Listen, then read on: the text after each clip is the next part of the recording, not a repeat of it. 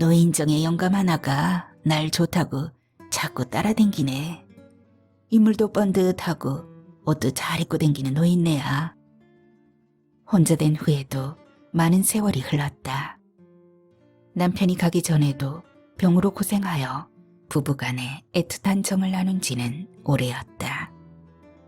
평촌댁은 손주들의 할머니였지 한 사람의 여자는 아니었다.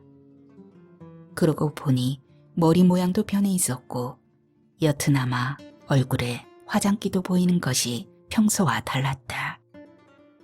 그 영감님이 좋다고 따라다니면 같이 살면 되잖아요.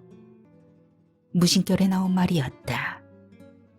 평촌댁이 다른 남자를 마음에 두고 있다고는 짐작조차 못했다.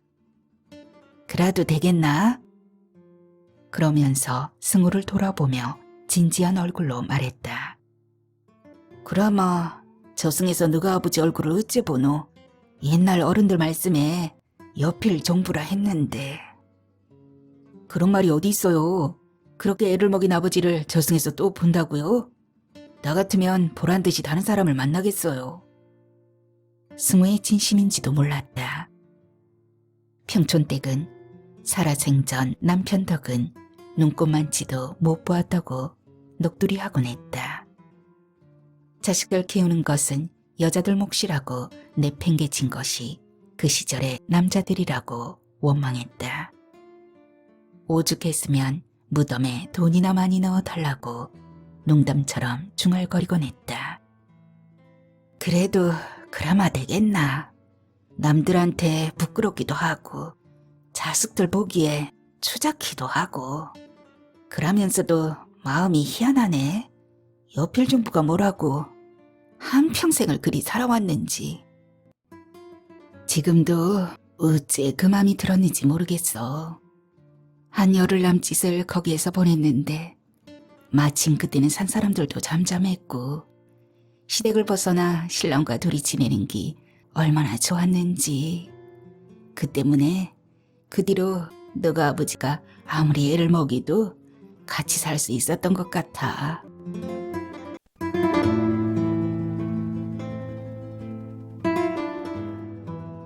작은 어머니 곡소리는 질리지도 않아.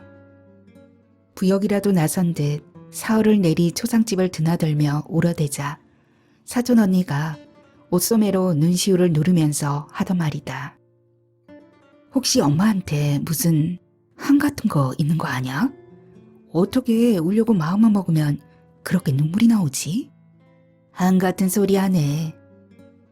엄마의 울음소리가 하도 신기해 언젠가 언니에게 물었을 때 언니는 이런 지하에 일축했다.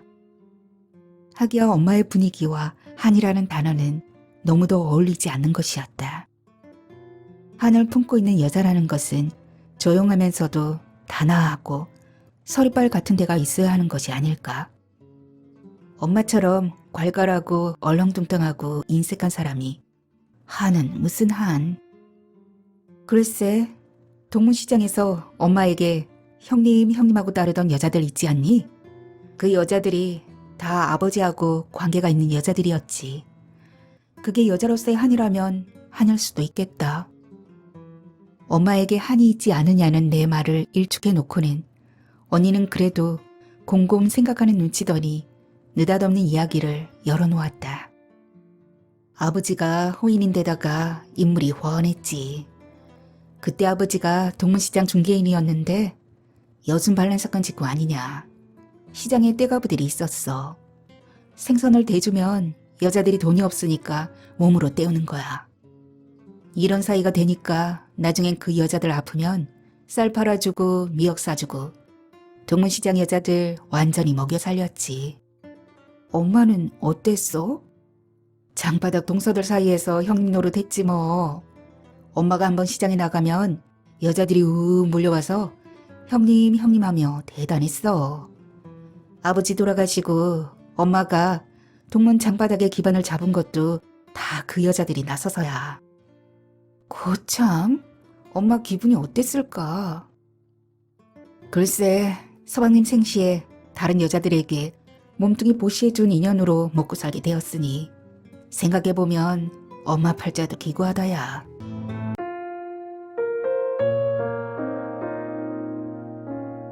봄에 태어났다고 춘심이라 이름 붙인 새색시는 조금 모자란 듯 하지만 작달만한 키에 통실통실 귀여움이 넘치는 앳된 처녀였다. 나이보다 훨씬 늙은 언청이 서방이 자신의 맨살을 더듬을 때 눈을 질끈 감고 숨을 참고 있었다. 거친 숨 들이쉬기 몇 번 순식간에 춘심을 때려치우고 두 팔을 쫙 벌리고 벌러덩 누워 씩씩거리며 잠들어 버린 서방이었다. 그녀는 사타구니의 통증을 다스리면서 서방의 떡 벌어진 가슴과 그녀 몸통만한 허벅지를 바라보다가 허벅지 사이의 물건에 시선이 닿는 순간 못 볼 것인 양 이불을 끌어다가 덮어버렸다. 어쩔구나. 맨날 밤 하자고 할 텐디. 그러다 시간이 흘러 차츰 서방의 몸무게가 듬직하니 좋았고 서방의 입냄새도 견딜만 했고 특히 사타구니의 통증은 나른한 쾌감으로 변했다. 그렇게 한두 달 사이 서방과 육정이 들어버린 후 총각이라는 서방은 어찌나 술을 퍼마시는지 술주정을 못 견뎌서 각시가 둘이나 떠나버렸음을 알았다. 엄매는 어째서 늑대리 서방 맞춰주었는가? 어이구 이모지라. 니년 팔자가 그러려니 하고 살아 영께 암소리 마로. 당신이 차려주던 밥상이 그리워서 아침상을 받으며 좀 울적했소. 당신이 있었더라면 다 제쳐두고라도 참조기 두어 마리와 명란은 밥상에 꼭 올렸을 거요. 신선한 명란을 사겠다고 당신은 곧잘 그 먼 자갈치 시장까지 다녀오지 않았소. 그러곤 땀도 덜 닦은 채 가정 양념을 만들어 명란을 버무리고 그걸 따끈한 밥 한 그릇과 내놓았지 않소. 옛날 생각을 하니 그나마 없던 입맛마저 뚝 떨어져 정말 숟가락을 놓아야 할 것 같소. 먹다 다 못 먹은 이 팥밥은 상스럽게 붉기만 했지 찰기도 적은 데다 맛도 지질이 없소. 여보, 나는 정말 여자 없인 도저히 못 살 것 같소. 내 맘속에도 한 여자가 있다고 하면 당신 서운할까 모르겠소. 미안하오. 당신이 그립지만 내가 무슨 재주로 그 먼 곳에 당신을 불러오겠소. 그러니 정말 미안하오. 특히 밤이 올까 무섭소. 다독다독 입을 덮어줄 손길, 곤지랑 잔소리하면서도 등 쓸어줄 부드러운 손길, 쓰지 않으면 고장날 물건이라며 은근히 바지춤 잡아당기는 나는 여자의 그런 손길이 미치도록 그립단 말이오. 내가 사랑한 여자는 정말이지 당신뿐이었소. 당신은 저 한 장의 사진에 갇혀 오질 않고 눈만 뜨면 닥치는 이 하루하루는 내게 너무 길기만 하오.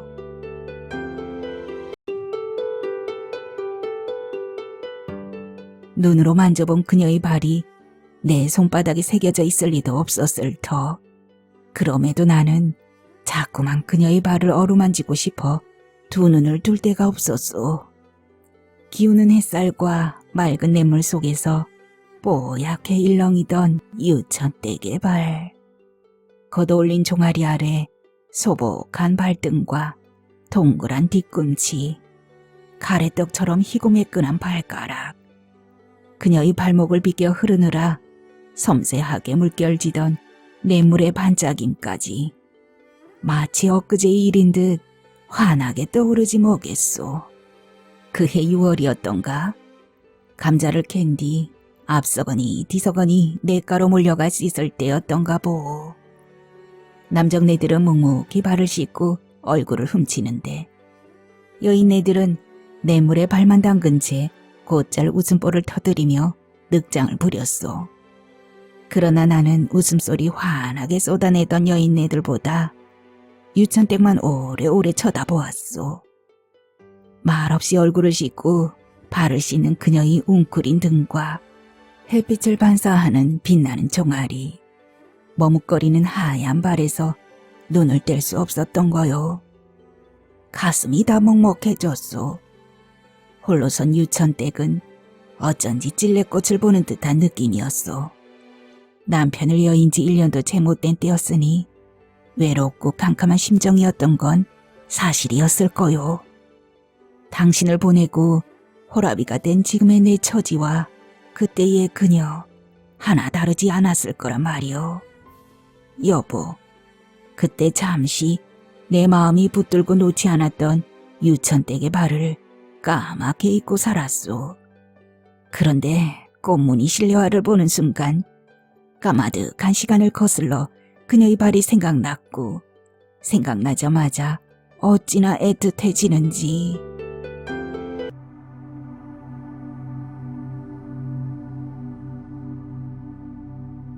인생을 사는 단 하나의 원칙. 흔히들 현재를 살라고 말한다. 그런데 이 말의 진정한 의미를 잘못 이해하고 있는 사람들이 많다. 과거는 이미 지나갔고 미래는 아직 오지 않았으므로 지금 현재의 시간을 즐겁게 누리며 살라는 뜻으로 해석한다면 제대로 이해한 것이 아니다. 이런 사고방식은 마음속 스트레스를 떨쳐내기 위한 방법일 뿐이다. 불교의 관점에서 현재를 살라는 말은 그때그때 즐기라는 뜻이 결코 아니다. 진정한 모습을 깨닫고 즉시 멈추라는 의미이다. 무엇을 멈추라는 말일까? 버릇과 욕망을 멈추고 자신의 본성을 되찾아 자기 본성대로 살라는 것이다. 본성에 따라 살기 위해서는 자신의 생각을 흔들림 없이 지키며 관조해야 한다. 바깥 세상이 아무리 혼란해도 생각이 동요되지 않는 경지에 다다를 수 있다면 그 속에서 벗어나 날아오를 수 있다. 바깥 세상에 휩쓸리지 않도록 경계하고 헛된 생각을 떨쳐내 무엇을 해도 걸림이 없는 경지에 올라선다면 더 높이 날아오를 수 있다. 이 단계에 도달했다면 온전히 날아올라 자유로운 비상을 완성한 셈이다. 비상을 완성했다면 처음으로 되돌아가야 한다. 처음의 단순함, 즉 산은 산이요 물은 물인 단계로 되돌아가야 한다.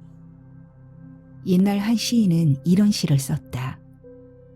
인생의 궁함과 통함에 연연할 필요가 없다네. 세상 만사는 본래 바람에 나부끼는 쑥과 같구나. 공은 색이요 색은 공이니 모두 안개 속으로 들어가 흩어지노라. 현재란 무엇이고 과거는 무엇일까? 시간의 흐름은 멈추지 않는다. 현재가 눈 깜짝할 사이에 과거가 되고 미래는 또 어느새 현재가 된다. 20년 뒤를 생각해 보면 아주 먼 훗날인 것 같지만 20년 전을 떠올려 보면 세월이 참 빠르게 느껴진다.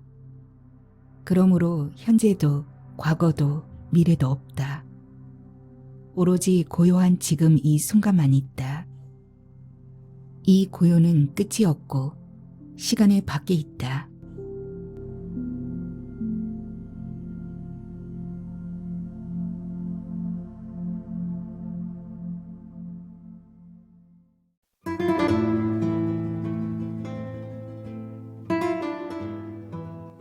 선자는 이 섬에서 처음 태풍과 교접한 날을 잊을 수가 없다. 술렁이는 바람 소리가 예사롭지 않았다. 물결의 혓바닥이 가게 앞까지 와서 날름거렸다. 물결이 일면 덩달아 빨라지는 비둘기는 선천적인 건지도 몰랐다.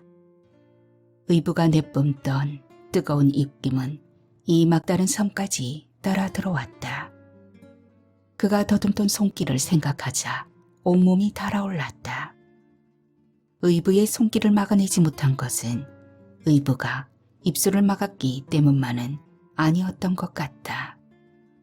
어떻게 엄마를 볼 수 있을까 싶었던 것도 기우였다. 생각보다 의부가 믿지 않았고 엄마 보기도 그리 죄스럽지 않았다. 의부는 처음 이후 뻔뻔할 정도로 자주 선자의 방을 찾아왔다. 두려운 건 바로 그런 의부를 기다리는 16살의 자신이었다. 집을 나왔다. 그러나 때가 되면 뜨겁던 의부의 손이 자꾸 떠올랐다. 집 근처를 배회하다 의부의 눈에 띄었고 못 이기는 척 그의 손에 끌려가곤 했다. 의부를 끊기 위해 다른 사내들을 만났다. 하지만 의부가 해방을 놓는 바람에 늘 헤어졌다. 결국 그 고리를 끊어준 것은 남편이었다. 두 집이 풍비박산이 났다.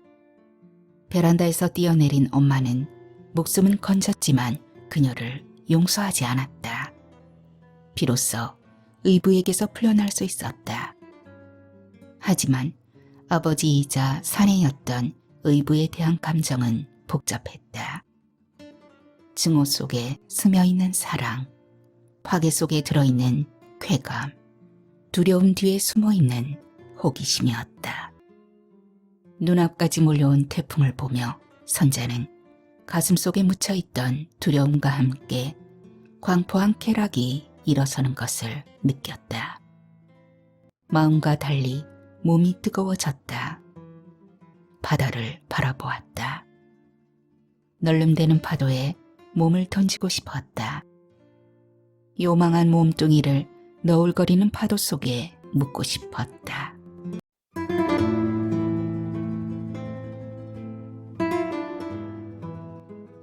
우리 다들 네 좋아했는디 알긴 알았냐? 너그 집 뒤안 대나무 숲에 숨어서 풍금 소리도 듣고 그랬어야. 그러다가 구덩이에 빠지기도 하고 너그 할아버지 겁나 무서웠는디. 여름방학 앞두고 비가 허벌나게 많이 온 날 하굣길에 개울을 건너다가 네 운동화가 떠내려갔지. 내가 그거 건져주느라고 하마터면 빠져 죽을 뻔했다야. 기억 안 나냐? 네가 그림 한 장 그려준 게 있는디. 아, 선생님이 서로 바꿔가지라고 했은께. 내가 그걸 보물단지처럼 모시고 살다가 장가갈 때야 버렸어야. 모르지?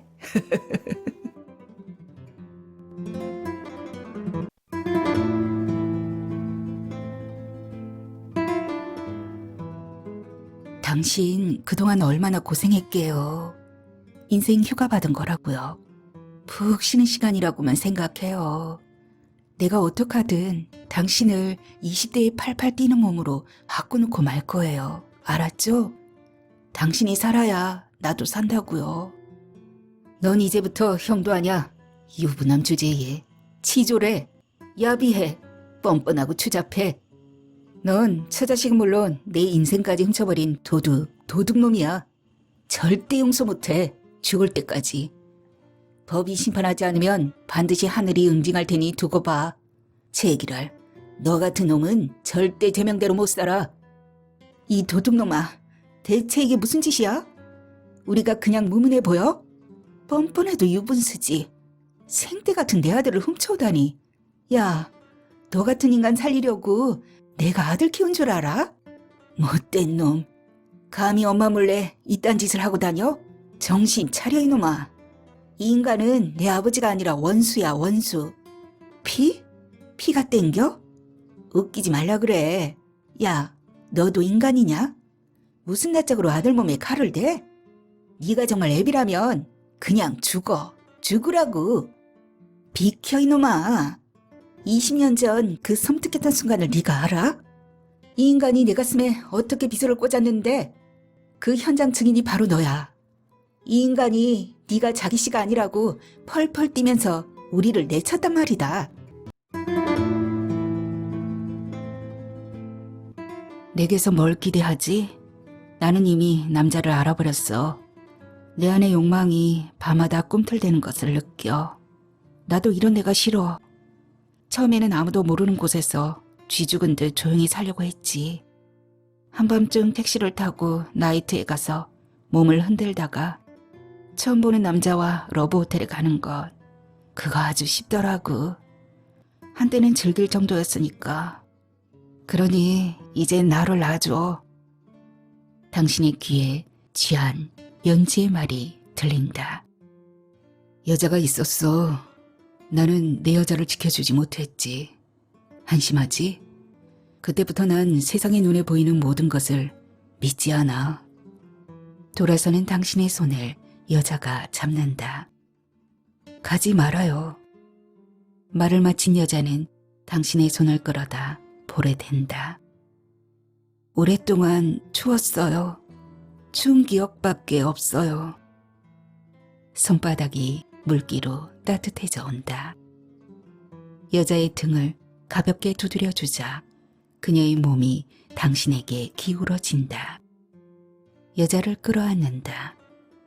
여자의 입술을 찾아 키스를 한다. 여자의 입에선 달콤한 커피 향이 난다.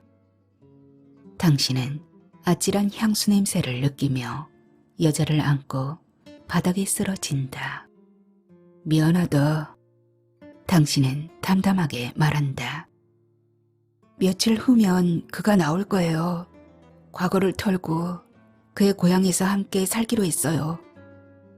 연지와의 깊고 느린, 때로는 격렬한 섹스가 끝나고 당신은 그늘이 덮이는 그녀의 얼굴을 본다. 돌아앉아 담배를 피워 무는 그녀의 등은 단단한 빗장을 지른 것처럼 견고하다. 그들이 아니라 당신이 상처를 덧냈어. 밤의 환영 속으로 어두운 얼굴의 그녀가 말한다. 어쩌면 그녀는 당신에게서 그것을 보았는지도 모른다. 오랜 시간 굳어진 상처와 고통과 체념이 부딪혀 아프게 서로의 살갗을 찔러댔는지도. 어둠 속에 서서 여자의 방을 바라보던 당신은 아주 천천히 장미가 심어진 농장 쪽으로 발걸음을 옮긴다.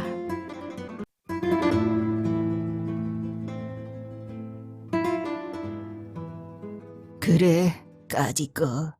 이판사판이다 이거지? 하긴 더 길게 산다고 무슨 뾰족한 수가 있겠어. 이 기회에 아예 재물로 만들어버려. 왜 뛰어내리고 싶소? 힘들면 내가 거들어드릴까? 늘 그 타령인 이 세상살이가 징그럽기도 할 거요. 슬쩍 건드리기만 해도 어머니는 그대로 추락할 것 같았다. 누군 좋아서 그러냐 이놈아? 이게 다 누구 때문인데 이놈의 새끼 입히고 가르치려면 무슨 수를 써서라도 돈을 벌어야지. 이놈이 좋아하는 그 메이커 신발은 어디서 주워오는 줄 알아? 이 망정 같은 놈아. 어머니가 수술했다는 소식은 들었다.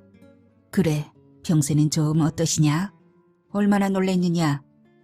어머니가 마음 잡고 사는 아들을 얼마나 자랑스러워했는지 아느냐? 요즘 세상에 어머니를 위해 닭발을 사러 다니는 이런 아들이 어디 있느냐? 내가 더 고맙다. 아이고, 그 옆이었네. 이 동네 뜨면서 다시는 닭발 안 먹겠다더니 마음이 변했나? 징그럽게 애미 속도 썩이더니만. 이제 죽어도 한이 없겠다.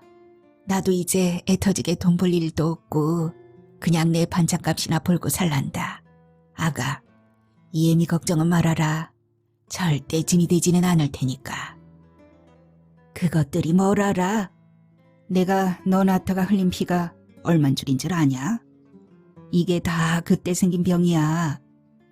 그때도 고생고생하다가 소지라를 먹으니 금방 차도가 보이더라고.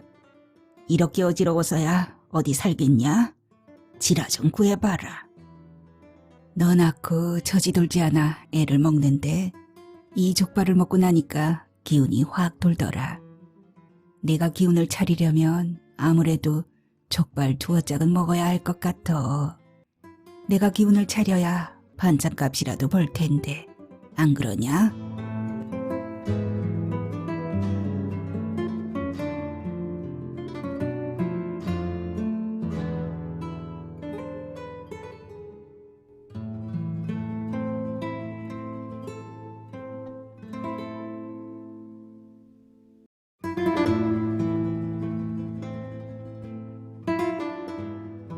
소리는 부엌으로 가까워질수록 또렷하게 들려왔다.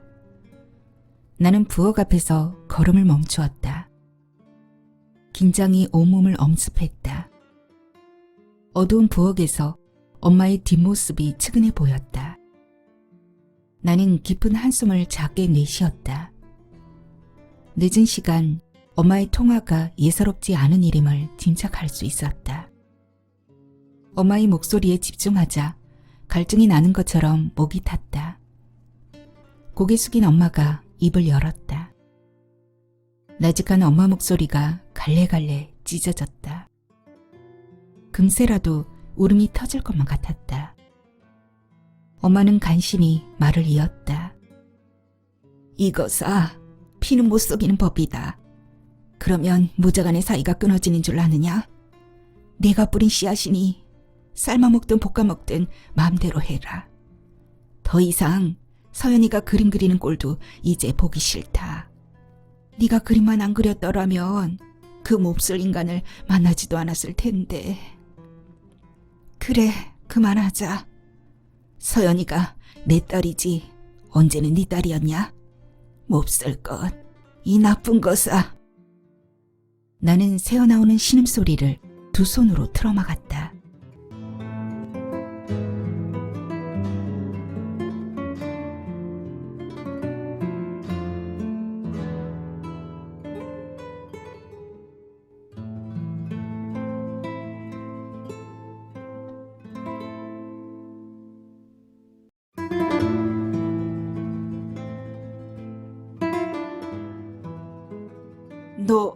너 미쳤니?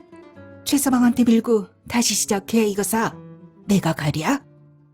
애비야, 나는 죽더라도 관에 반드시 누워서 나올 수 있는 데서 살고 싶다.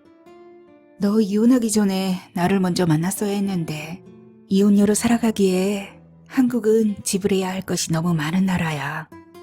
세상의 모든 부부가 사랑해서 결혼 생활을 계속하고 있는 줄 아니?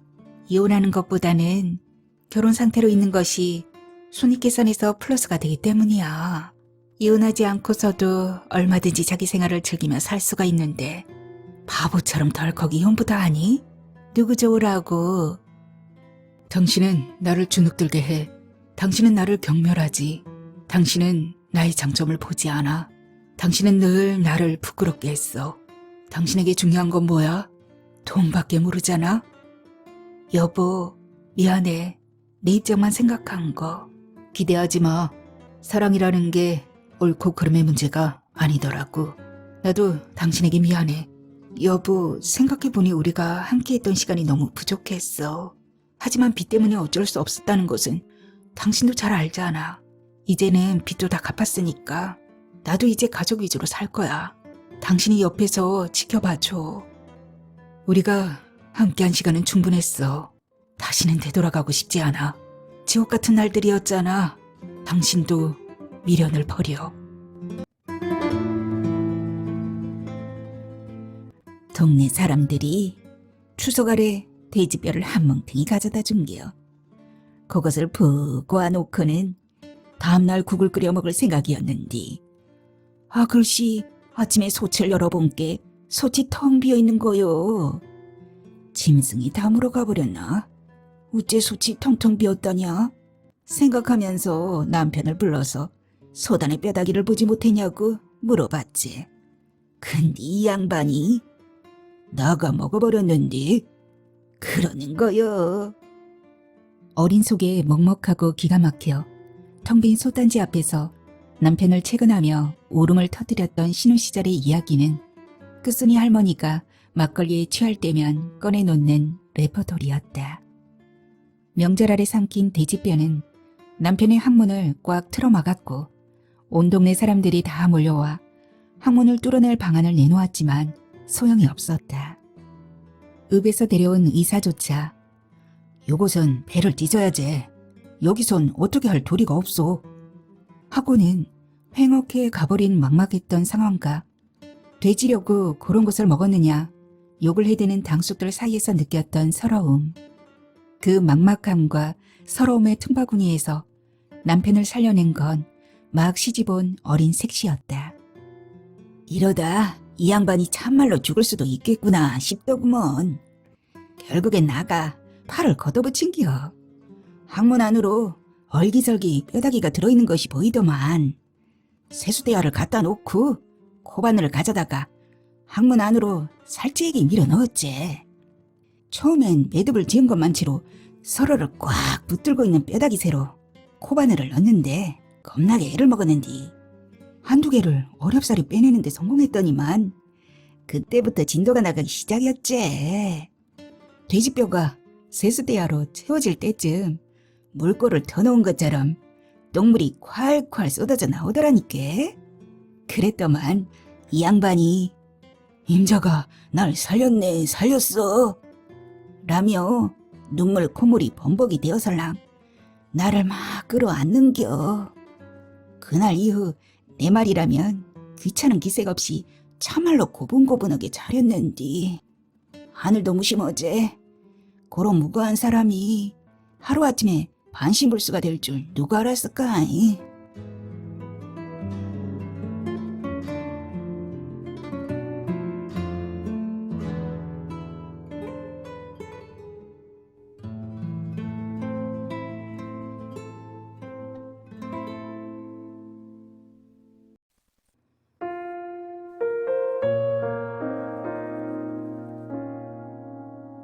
옥기 스치는 소리에 이어 맑은 대나무 향내가 문틈 사이로 들어온다. 조심스럽게 신발 꺼내는 소리. 6시 반일 것이다.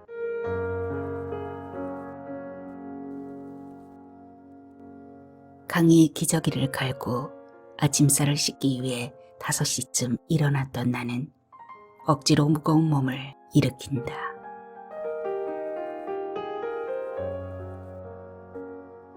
새벽 출근을 하는 며느리를 배웅하기 위해서다. 다녀올게요.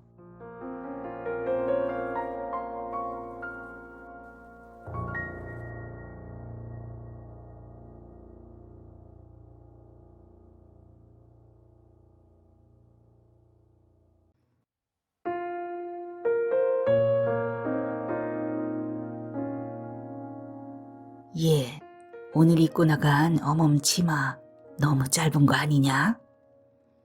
밥을 말아 한 숟가락 입에 떠넣는 아들을 바라보며 나도 모르게 튀어나간 말이었다.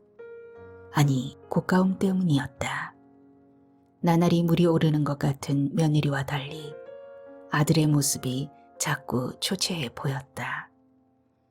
40도 안 된 녀석이 머리숱도 헐렁한 것 같고 귀 밑에는 벌써 흰머리도 어른거렸다. 그러나 말이 나가는 순간 잘못된 것임을 알았다. 앞에 앉아있는 사람은 내 아들이 아니라 며느리의 남편인 것이다. 돌아오는 대답이 고울 리 없다는 걸 알면서도 늘 이렇게 말이 먼저 튀어나간다. 나도 치매가 오는 걸까? 순식간에 여러 생각이 스친다. 더구나 아들이 수저를 놓는 것을 보니 내 입을 쥐어받고 싶다. 집밥이라고는 겨우 아침 한 끼 먹는 것을 그 밥을 먹이기 위해 1시간 전부터 쌀을 씻고 국을 끓인 내가 아닌가. 털갈이 하는 짐승처럼 거칠하게 말라가는 아들을 위해 끓인 술국이었다. 엄마는 지금 무슨 말을 하고 싶은 거예요? 퉁명스러운 아들 말이 아니더라도 진즉 꼬리를 내려버렸다. 90 넘은 할머니, 할아버지와 어미를 부양해야 하는 아들의 고충을 모르지 않으면서 왜 이렇게 입이 방정이란 말인가. 아니, 날씨도 차가운데 애미 옷이 너무 짧아서 해본 소리다. 그렇다고 숟가락을 넣을 건 뭐냐. 어서 좀 더 먹어라. 밥 생각 없어요. 뒤도 안 돌아보고 일어서는 아들 곁으로 바람이 쌩 인다. 밥 한 숟가락 제대로 먹이지 못한 것이 속상했다. 제풀에 화가 나서 나도 우르르 일어나 숟가락을 걷어버렸지만 또 원망이 새어나갔다. 에휴, 징그러운 놈의 세상. 누구는 공짜로 밥 먹는 줄 아느냐? 빌어먹을 놈.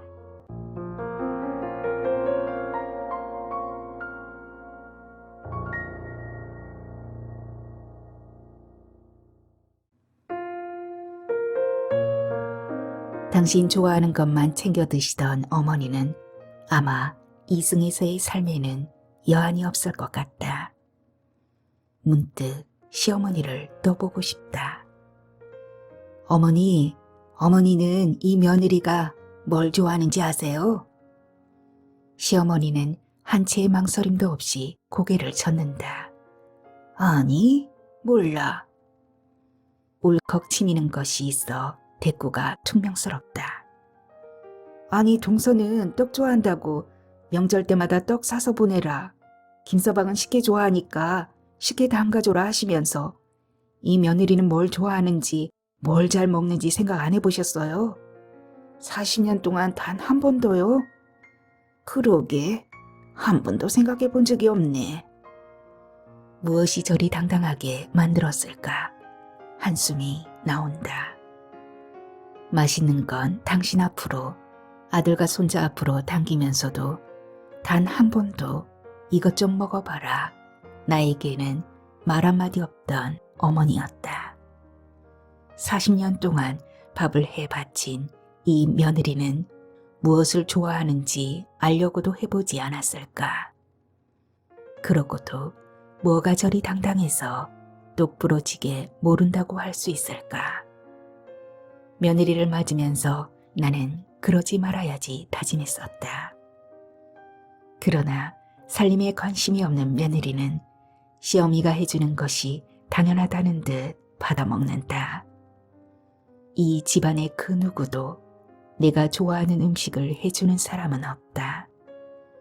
나는 무엇 때문에, 무엇을 위해 그리 내 몸에게 가혹했을까? 지금도 겨우 날 위해 고를 수 있는 것이 소주 한 병이란 말인가.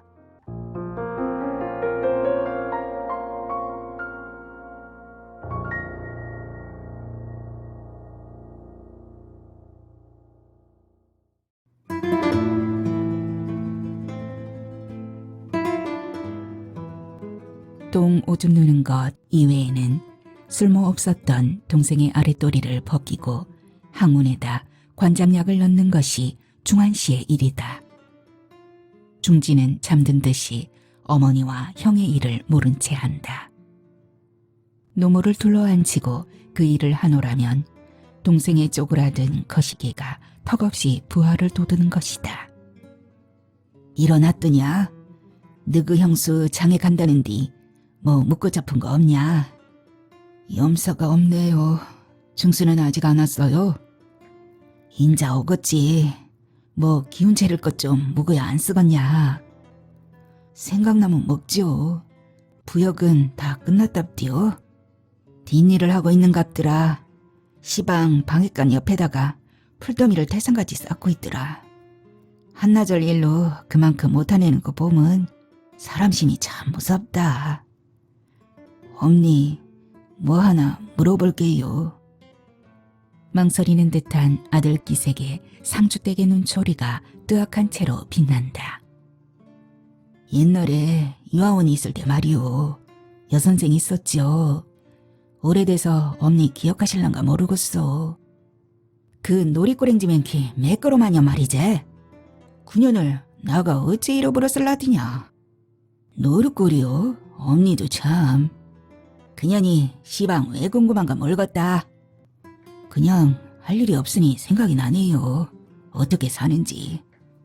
우리 동네 사람도 아니고 나가 어디서 그년 말을 듣겄냐. 그 뒤에 언젠가 공장에 땅나무 껍데기 벗기러 가서 들은 게 뭐 어떤 놈하고 정분이 나서 읍내서도 안 보인다는 이야기만 들으니라. 그년이 놀이 꾸랭이도 아니고 백녀시였지. 엄니는 그 사람을 어째 그리 미워하시오. 그 사람이 나한테 뭐 어쨌다고.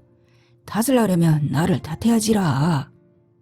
그 백녀시가 그렇게 초를 쳐서 네가 장계도 못 들어보고 이꾸라지가 돼본 것 같아서 5년 생각만 하면 나는 아직도 가심이 벌벌 떨린다. 동생 중수가 그동안 중진을 위해 내세운 색식감이 10명도 넘었다. 하지만 여자들은 한결같이 중진을 마다했다.